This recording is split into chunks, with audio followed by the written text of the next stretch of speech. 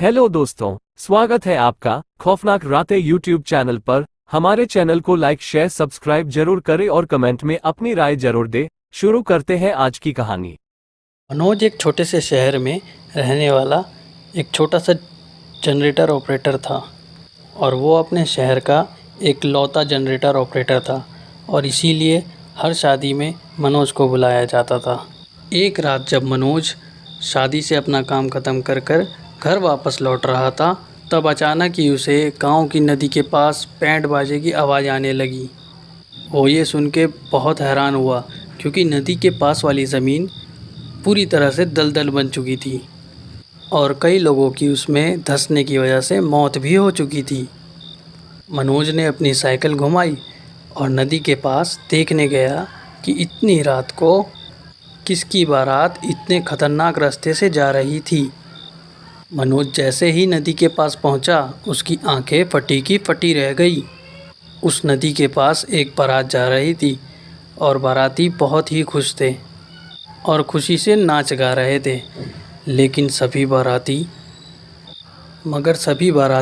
इंसान नहीं, भूत लग रहे थे, जैसे ना जाने कितने वक्त से मरे हुए हो। किसी की स्किन सड़ी हुई थी तो किसी की आंखें गायब थी और उस बारात का दूल्हा सबसे डरावना लग रहा था। मनोज ये सब देख ही रहा था कि अचानक ही नदी के पास वाली ज़मीन अचानक से धंस गई, वो ज़मीन जिस पर दूल्हा खड़ा था।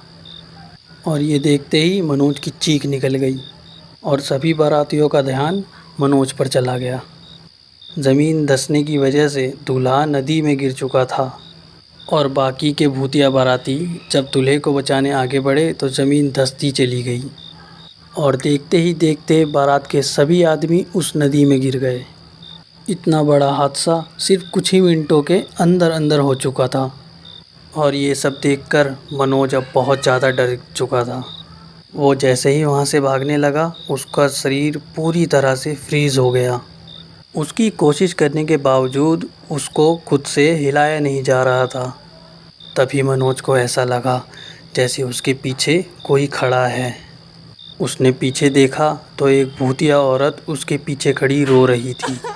वो मनोज से कहने लगी, भाई साहब हमारी मदद करो, हम सबके पति मर गए हैं, मेरा बेटा मर गया है, उनकी लाशें नदी से निकलवा दो।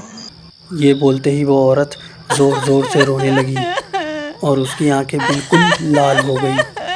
उसकी आंखों में देखते देखते मनोज उसके वश में आ गया। धीरे धीरे वो नदी की ओर जाने लगा और सभी भूतिया औरतें उसके आसपास इकट्ठी होकर ज़ोर ज़ोर से रोने लगी। मनोज नदी में कूदने ही वाला था और उसका बड़ा भाई दौड़ता हुआ आया और उसने मनोज के ऊपर एक राख जैसी कोई चीज़ डाल दी। वो राख सर पर पड़ते ही मनोज वापस होश में आ गया और डर के मारे चिल्लाने लगा। तब तक वो सारी औरतें वहाँ से गायब हो गई थी। मनोज का भाई उसे संभाल कर घर ले गया और उसने उसे सुला दिया। सुबह होते ही मनोज की दादी उसके पास आकर बैठी और उसे ये बताया उन्होंने बताया कि नदी के पास एक बारात के सारे आदमी नदी में गिर के डूब के मर गए थे और उसके बाद जो भी लोग रात के समय उस नदी से गुज़रे, उनमें से न जाने कितने लोगों ने नदी में कूदकर अपनी जान दे दी और इसीलिए वहाँ के लोग रात में उस नदी का रास्ता नहीं लेते।